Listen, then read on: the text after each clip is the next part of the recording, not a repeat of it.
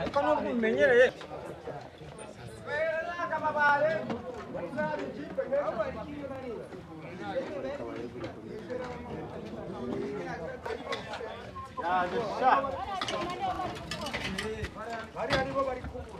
ariko hari abafite uburyo mwana hari abafite uburyo ntabwo bareba ko ari mu mwobo ari mu mwobo